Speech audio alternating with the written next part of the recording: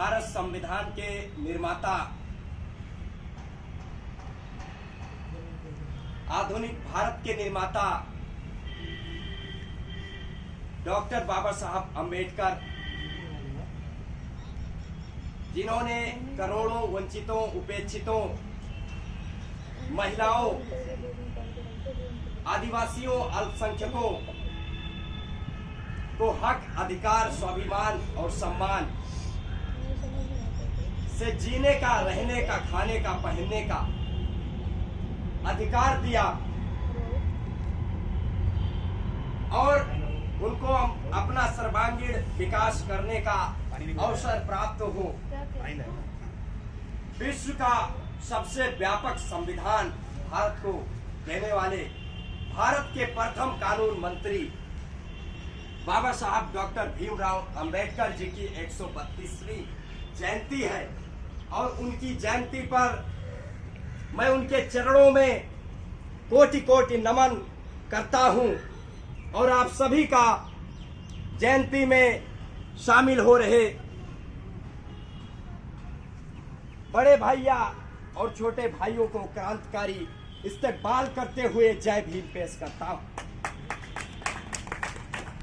साथियों, डॉक्टर अंबेडकर साहब पर चर्चा किया जाए तो महीनों नहीं, सालों, कई वर्षों गुजर जाएंगे, चर्चा समाप्त तो नहीं होगी। इसलिए ये चर्चा निरंतर जारी रहेगा। मैं अपनी बात को शुरुआत करने से पहले यहां पर मौजूद हमारे मार्गदर्शक बड़े भैया क्रांतिकारी छात्र नेता अनिल यादव मास्टर जी उपस्थित हैं। मैं अपने आप को सौभाग्यशाली मानता हूं कि मैं सामंतवाद के गढ़गोंडा जनपद से जब चलकर लखनऊ पहुंचता हूं, विश्वविद्यालय की धरती पर पहुंचता हूं, तो बड़े भैया अनिल यादव मास्टर जी का मार्गदर्शन प्राप्त होता है और आज शिक्षा अर्जित करके जो मैं बोल पा रहा हूं, कुछ कह पा रहा हूं, बड़े भाइयों का मार्गदर्शन और निर्देशन का ही परिणाम है कि मैं एक सही दिशा में सफलता की ओर बढ़ रहा हूं। क्योंकि गाइडेंस एंड काउंसलिंग, मार्गदर्शन और निर्देशन किसी भी व्यक्ति के विकास के लिए महत्वपूर्ण होता है। बड़े भैया आदरणीय महेंद्र यादव जी बैठे हैं। मास्टर भैया के संघर्ष को हमने देखा है।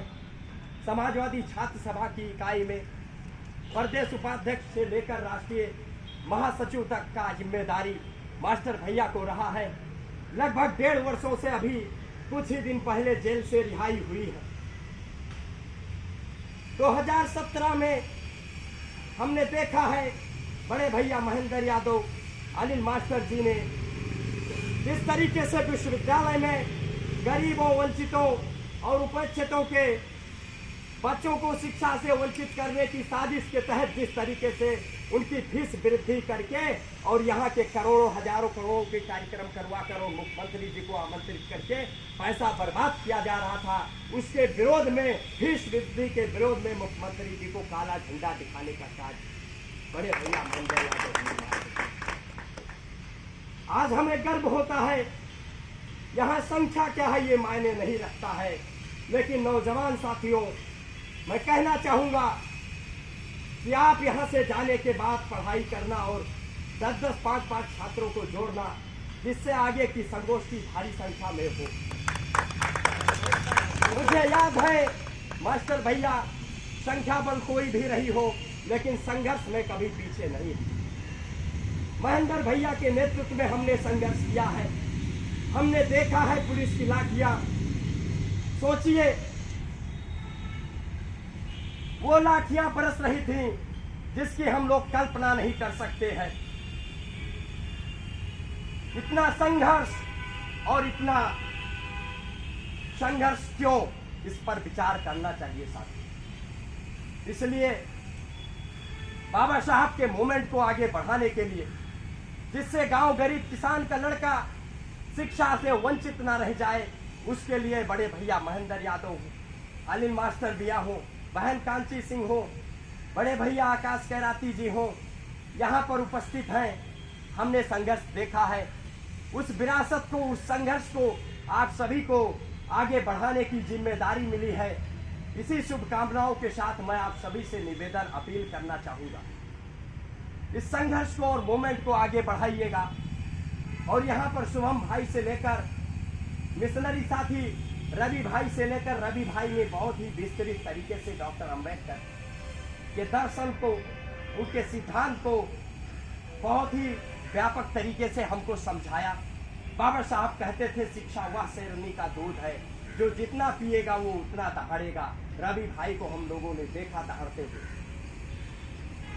शुभम भाई को हमने सुना, इससे पूर्व में सभी भाइयों को सुना। निष्कर्ष यही निकलता है कि जो जातीय भेदभाव है, विषमता है, अन्याय है, शोषण है, उसके खिलाफ बाबा साहब डॉक्टर भीमराव अंबेडकर जी संघर्ष किए। और ये कोई एक घटना नहीं है। अभी गौरव भाई बैठे थे, चले गए, उन्होंने ये सवाल किया कि हाथरस में दलित बेटी के साथ जो हुआ हम सभी को ज्ञात है।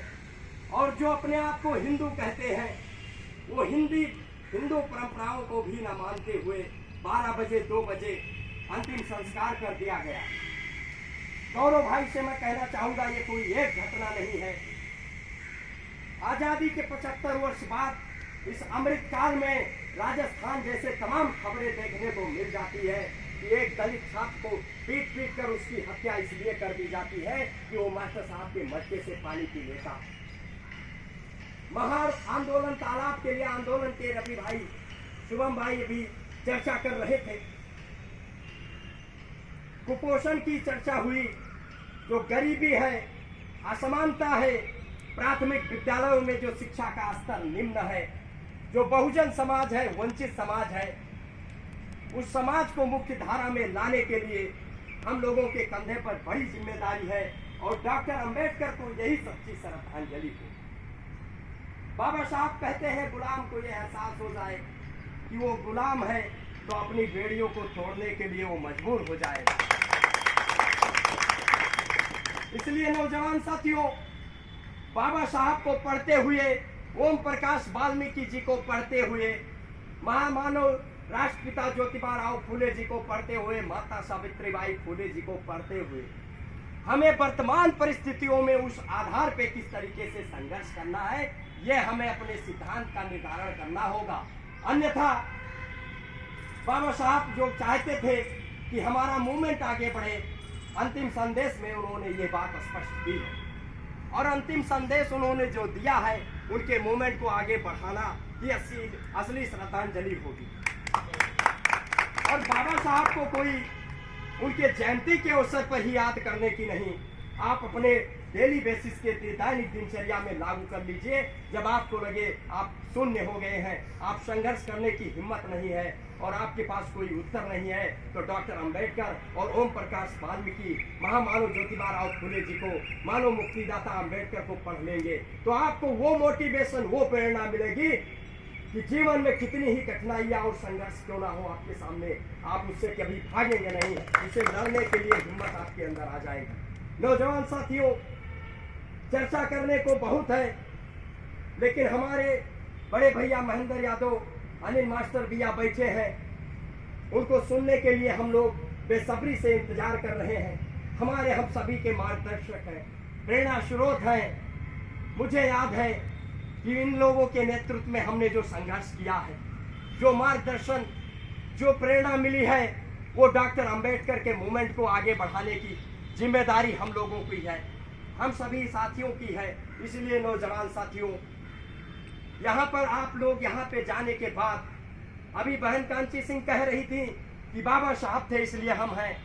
सोचिए, नारियों को शिक्षा का अधिकार नहीं था, संविधान के बदौलत नारियों को शिक्षा का अधिकार मिला। विभिन्न क्षेत्रों में महिलाएं अपनी भागीदारी सुनिश्चित कर रही हैं और यहाँ से संकल्प लेकर जाना कि आने वाले संगोष्ठी में महिलाएं भी अपनी सहभागिता निभाएंगी। साथियों, आपके पास पर्याप्त समय है, अनावश्यक आप समय खराब कर सकते हैं। लेकिन अगर आप संगोष्ठी में आने का कार्य करेंगे तो आपके व्यक्तित्व का विकास होगा, आपके सर्वांगीण विकास होगा, आपके सिलेबस में पढ़ने में रुचि बढ़ जाएगी, महापुरुषों को पढ़ने की रुचि बढ़ जाएगी। उससे आपका परीक्षा परिणाम से बेहतर होने के साथ साथ आपके व्यक्तित्व का विकास हो जाएगा।